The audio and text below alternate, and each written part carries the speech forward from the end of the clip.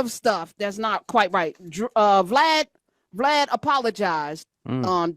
And I'm not going to call him DJ Vlad. From what I hear, he's a mediocre DJ, but he's really good at extracting black content from the people who sit in front of him and allow for such a thing to happen. This is how Cadillac Records was started, y'all.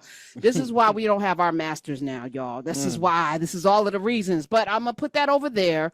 So he apologized. We talked about the apology. I'm not going to spend a whole lot of time, but there was a brother on IG or on Twitter. His name is Lou Fax IGB.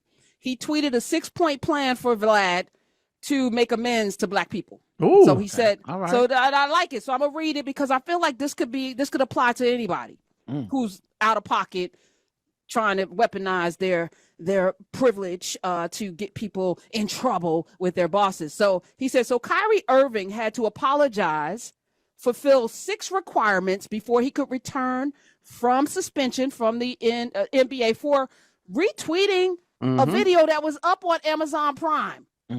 He had to go to classes.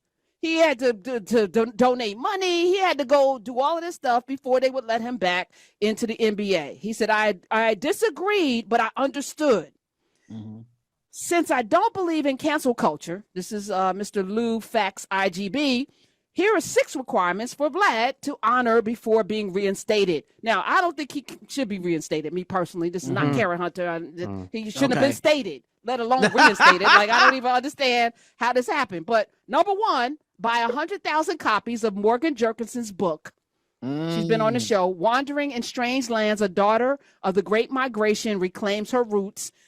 100,000 copies, which would add up to $1 million because the book costs $10. It's very affordable. He has the money. He could do that, right? 100,000 copies. And then donate $100,000 to gang intervention programs in Los Angeles and Chicago, since your whole platform is based off of Black American gang culture and showing the worst versions of our culture. My God, that's number 2. That's number 2. Yeah. Number 3, complete an anti-Black women sensitivity training and learn how not to weaponize your whiteness against Black American women. That's number 3. Training.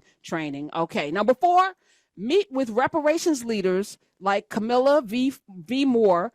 Donate and advocate. Donate and advocate for reparations on your platforms for a month. He's not even saying for the next 80 years. I like that. For the next 80 years, show you really care about Black people's well-being and that you're not just a leech. This is Mr. Lou Fax IGB. Number 5. Publicly admit that you work for the KGB in Russia. This part is wild. Okay. This is wild. Wow. And you're paid by the government to show Black youth in the worst light. I'm not gonna lie. He had me up to a 5. 5 is crazy. 5 we is might crazy. can skip 5. Yeah. All right, let's skip 5. Number 6, promote Black women businesses on your platform for the next 80 years. But I think that's also like number 4. So it could be 4 points. And I like 5.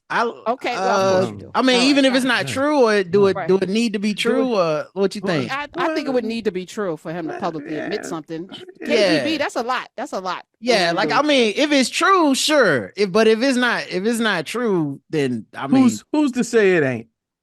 I mean, him, I guess. I don't know. He be lying. The KGB. He be lying. The KGB would. Now, does this gentleman who came up with the list, he doesn't put his employer in his bio, does he? Because I think Vlad might do something else with this information. And instead of following the points, he might find out where this man works and let them know what he's up to. Well, he says he's a man of business.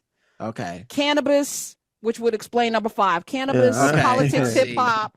Entrepreneurship, history, space host, and neutral spaces. Conversation rules the nation, and he's got the American flag, so he's a patriot.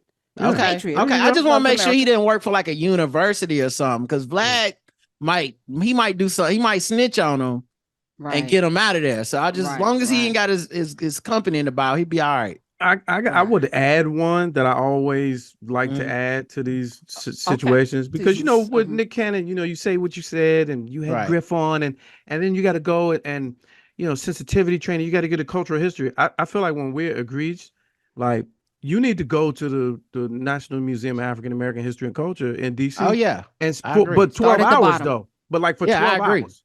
You got to start at the bottom, get off the elevator, and end all the way at the top. I like that. Since hip hop, ended hip hop, and spend 12 hours and then come back and tell us what you learned. Yes, I like that. Yes. Okay, so let's scratch out number 5. And I want you to go with somebody that's gonna make sure you don't just walk through there. Like, a tour, like a guided tour. Yeah, I need like Dr. Umar to stand like in the back and watch him. Yeah, to be like, nah, you ain't look at the slave ships long enough. Go back. Oh, that would be interesting. Yeah, I'm for that. I think that needs to happen. I like that. So and there's no KGB. No averting your eyes. Yeah, you gotta look. Keep the eyes open and pay attention. Okay, I like that. I like that. So I think there, I brought this up because rules of engagement, I feel like, again, we've lived in the wild, wild west way too long. This is not the gold rush. This is not, do what you want. There should be rules of engagement. There should be ways in which people enter the community, ways in which, because again, if we are the oppressed in the worst in every category, then triage has to be deployed. You don't let injured parts of your body go unchecked. Do you know what I'm saying? Right. You're going to go in and you're going to, somebody said you should just ignore it. Do you ignore cancer? You do not. You do not. You treat it. And this is part of our healing. So I believe that this is where we should be headed as a community, as a nation, because as we go, so goes the rest of the world. And then if we stop or slow down on inviting any and everybody to the proverbial cookout, we can avoid these situations. Right. All of this is they invited to, they're cool. They did a dance. They're invited to the cookout. They're for the culture. No. I still don't understand. Cut the grill off. I just don't understand his rise to power. I don't get how he made it. You know what I'm saying? Well, number 5. No, I'm just playing. Oh, yeah. Trying to tell you, don't rule it out. Oh, my God. I do not get it. Like, why are these brothers sitting across from this man over and over? Because no one's making them sit down. You just go in there to tell this man your crimes. That's crazy. It's just like Shannon Sharp on some level. I'm going to just give you. So if you have a large enough platform, people want to go with enough. This is everything is ruled by clicks and algorithms, right? Everything is ruled by when you go in, even when you're negotiating to get advertising, they want to know how many followers you have.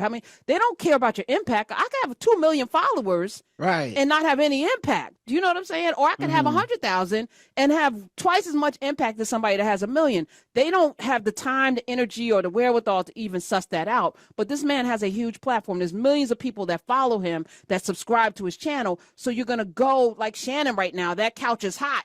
You're going to go where the eyeballs are instead of creating the eyeballs, which is hard work. It's hard work to actually build something from scratch. But also from the audience standpoint, it's, salacious drives us, right? So if and we're obsessed with gangster culture. So the person that's going on there to tell their gangster story, that time when I shot them dudes, I know that's going to give me stripes and street cred and all of that. And it's just wild because, like, I've never watched a single one of his things, but he is definitely a huge part of the culture. I used to watch him all the time. All the time. Yeah, and it's so which is, by the way, why I think he felt he could say what he said. Like, absolutely. Like, he did, like, she came, he was in his own timeline, but when she came at him, I know why he got offended, because ain't nobody checked him. So that's his first time getting checked, and he of course reacted like a Missy Ann. Thank you. I got you, Karen. Roderick, I know.